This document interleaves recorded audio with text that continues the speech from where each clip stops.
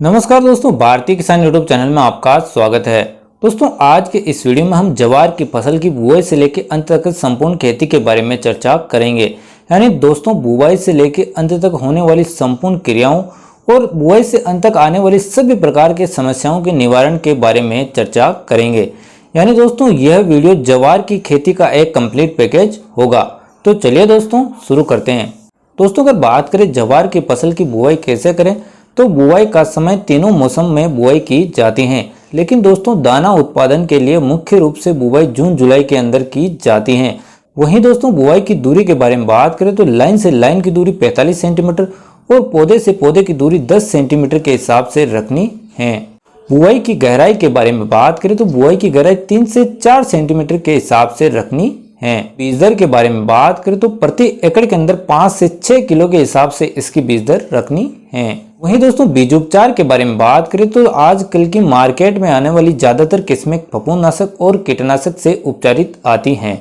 वहीं दोस्तों, अगर आप घर का बीज बो रहे हो तो फफूंद रोगों के बचाव के लिए प्रति किलो बीज को 5 ग्राम ट्राइकोडर्मा विरिडी 1% से उपचारित करना है। और दोस्तों, उसके बाद में दीमक और अन्य जमीन के कीटों से बचाव के लिए कीटनाशक से उपचारित करना है, जिसके लिए प्रति किलो बीज पर 4 ml क्लोरोपाइरिफॉस 20% इसी का स्प्रे करके बीज को बो देना है।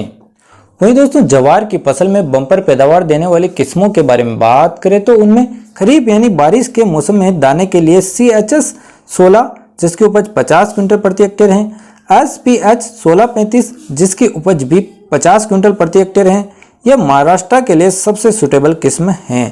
CSH 37 व 38 ये दोनों किस्में सभी राज्यों के लिए उपयुक्त हैं। उपज 46 क्विंटल प्रति हेक्टेयर। PDKV कार्तिकी उपज 44 क्विंटल प्रति हेक्टेयर। PDKV कल्याणी उपज 40 क्विंटल प्रति हेक्टेयर। CHS 27 व CHS 35 उपज 40 क्विंटल प्रति हेक्टेयर। CHS 30 उपज 43 क्विंटल प्रति हेक्टेयर। CHS 9 उपज 42 क्विंटल प्रति हेक्टेयर।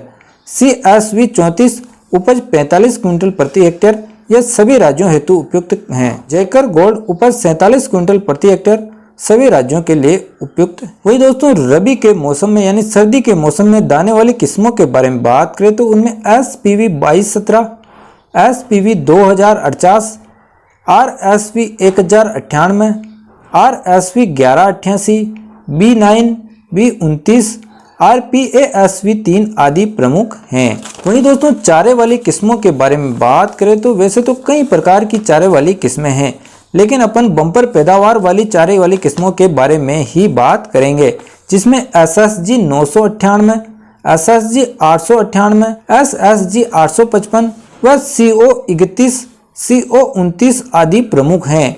ये मल्टी कट वाली यानी बार बार कटाई वाली किस्में हैं। इन किस्मों के हरे चारे की उत्पादन क्षमता 100 से 180 टन प्रति हेक्टेयर के बीच में है।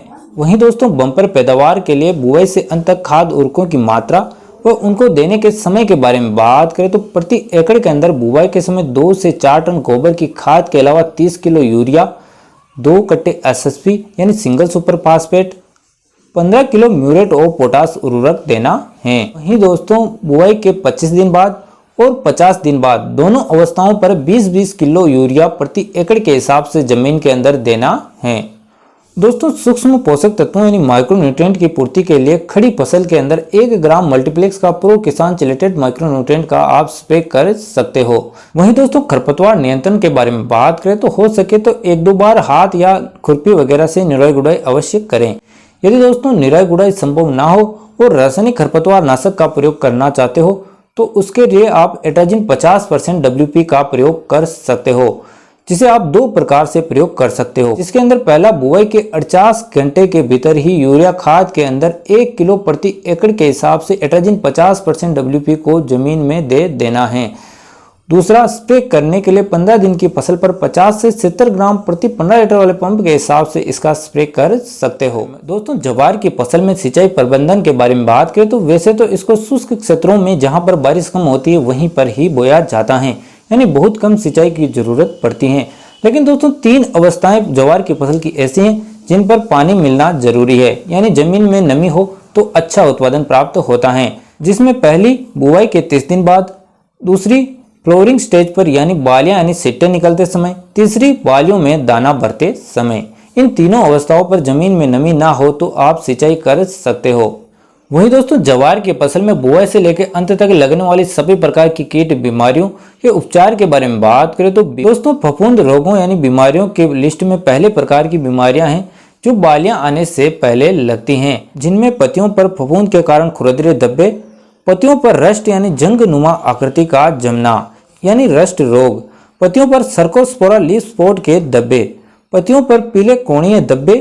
दोस्तों इन सभी प्रकार के फफूंद रोगों के उपचार के बारे में बात करें तो प्रति लीटर पानी के अंदर 2 ग्राम कार्बेंडाजिम 12% प्लस मैंकोजेब 63% नामक फफूंदनाशक का स्प्रे करें। वहीं दोस्तों बालियां निकलने के बाद में लगने वाले सभी प्रकार के फफूंद रोगों के बारे में बात करें तो ऊपर बताए गए सभी फफूंद रोगों के साथ ही साथ जिसमें जवार का अर्गट रोग, इस रोग में बाली यानी सिट्टे में सफेद फफूंद का हनीड्यू यानी शहद नुमा जम जाता है जो बाद में पपड़ी के रूप में चेंज हो जाता है। दूसरा रोग है स्मट या काली फफूंद, जिसमें सिट्टे के दाने काले पड़कर दानों की जगह पर काली फफूंद का चूर्ण जम जाता है। दोस्तों बालियां आने के बाद के इन सभी प्रकार के फफूंद रोगों के उपचार के बारे में बात करें तो प्रति लीटर पानी के अंदर 1 ml एजोक्सोस्टोबिन 23% या 1.5 ml एजोक्सोस्टोबिन 11% प्लस टेबुकोनाजोल 18.3% दोनों में से किसी एक फफूंदनाशक का स्प्रे करें या दोस्तों इन दोनों फफूंदनाशक को एक बार स्प्रे करें। वहीं दोस्तों जवार की फसल में पीलापन के उपचार के बारे में बात करें तो मुख्य रूप से नाइट्रोजन पोटास के साथ ही साथ फफूंद रोगों के कारण पीलापन आता है। अतः प्रति लीटर पानी के अंदर 2 ग्राम कार्बेंडाजिम 12% प्लस मैंकोजेब 63% नामक फफूंदनाशक के साथ में 6 ग्राम NPK 19-19 मिलाकर स्प्रे करें, जिससे पीलापन खत्म हो जाएगा। वहीं दोस्तों जवार की फसल में बुआई से अंत तक लगने वाले कीटों के बारे में बात करें तो उनमें पहले प्रकार के कीट हैं दीमक जो कि जड़ों वगैरह को खाते हैं, और दूसरे प्रकार के कीट हैं सफेद लट यानी जो अंग्रेजी के सी आकार की इस प्रकार की लट होती हैं। यह जड़ व तने को काट देती हैं जिससे पौधा मुरझाकर सूख जाता है। दोस्तों सफेद लट और दीमक दोनों के उपचार के बारे में बात करें तो क्लोरोपाइरीपोस 20% इसी को 1.5 लीटर प्रति एकड़ के हिसाब से सिंचाई जल में चलावें। वहीं दोस्तों जवार के फसल में अन्य कीटों के बारे में बात करें तो उनमें इल्लियां लगती हैं, जिनमें तनाछेदक इल्ली, सूट बोरर इल्ली, पत्तियों में छेद करने वाली इल्लियां आदि प्रकार की इल्लियां लगती हैं। दोस्तों इन सभी प्रकार की इल्लियों को आने से पहले इन इल्लियों से बचाव के लिए जैविक दवा के रूप में एजाडिरेक्टिन 1500 ppm को 75 ml प्रति पंप के हिसाब से स्प्रे कर सकते हो। लेकिन दोस्तों इल्लियों का आक्रमण हो गया है तो उनके उपचार के लिए प्रति 15 लीटर वाले पंप के अंदर 10 ml सिंजेंटा का एम्प्लीगो, 6 ml कोराजन वेस्टिकोर या कोस्को या 10 ml बायर की बिल्ड एक्सपर्ट आदि में से किसी एक दवा का स्प्रे करें। दोस्तों आशा करता हूं कि ये वीडियो आपको बहुत ही पसंद आई होगी। पसंद आई हो तो वीडियो को लाइक करें और भारतीय किसान यूट्यूब चैनल को सब्सक्राइब करें ताकि खेती बाड़ी और किसानों से जुड़ी जानकारी सबसे पहले आपके मोबाइल में पहुंच सके।